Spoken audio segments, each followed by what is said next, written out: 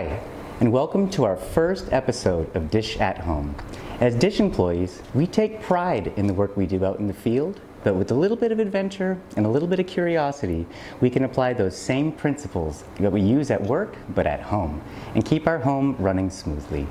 Today, we're going to look at just one of those small but important maintenance tasks, cleaning the dryer. Over time, lint and debris can build up from just little bits of work that end up in our pockets and get washed and dried without us even realizing. But with regular cleaning, not only keeps your dryer running efficiently, but also helps prevent safety hazards down the line. Before we get started today, let's talk about safety and preparation. The first step in any work order begins actually before you even touch the equipment, and that is arriving prepared and presenting yourself professionally. This starts with our PPE. Always wear eye protection to guard against dust and debris, and in this case, work gloves to protect your hands against the sharp edges inside that dryer. Now, disposable work booties are also recommended to keep the home clean, as it shows respect for the space that you're entering.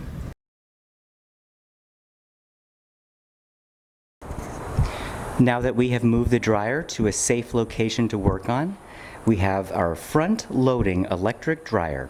This is an Amana brand, pretty standard and straightforward. We're going to open it up, clean it, and reassemble it safely. This is the dryer. Now that we have flipped our dryer around, this is an opportunity to dust off the rear panel.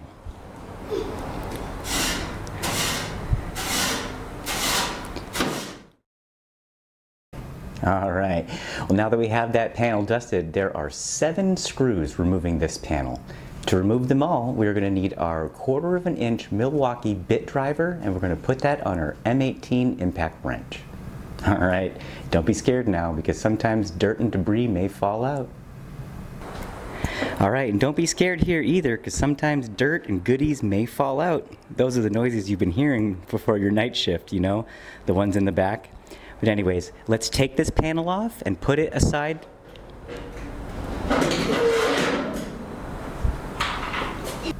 With that back panel set aside safely, we are now going to vacuum out the interior as well as pay a little bit of attention to that heating element.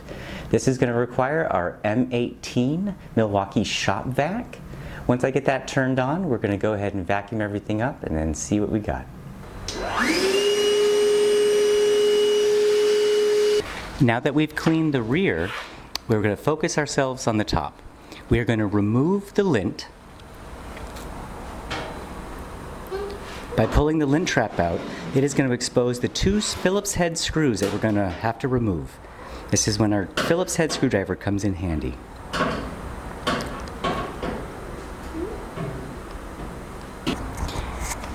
Now that we've removed our Phillips head screws, we can, with a very nice firm tug, push and remove and bend back the top of the lid. All the way back. Well, now that we have the lid off, we can address the air intake housing. Well, there are 4 screws that are going to be holding it in place, and now is the time to remove them with that same M18 impact wrench. Oh, can you believe that that's only 6 months worth of debris? Well, man. Well, with the air housing off, we can now dust the back as well as dust the housing. Also a chance to take care of that intake vent. Intake vents.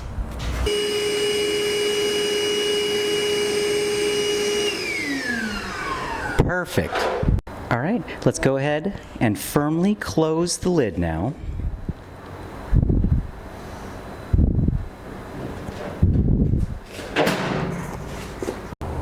Well, now that we've finished the job, let's tidy up our workspace. And let's give that button a quick press to see if it's working properly.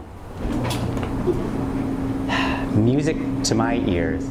Well, thank you for spending time with us today at Dish at Home. I hope that by learning that if you take your curiosity, your pride, your adventure, and apply them to your real life, you'll find that success is a winning combination. Thank you.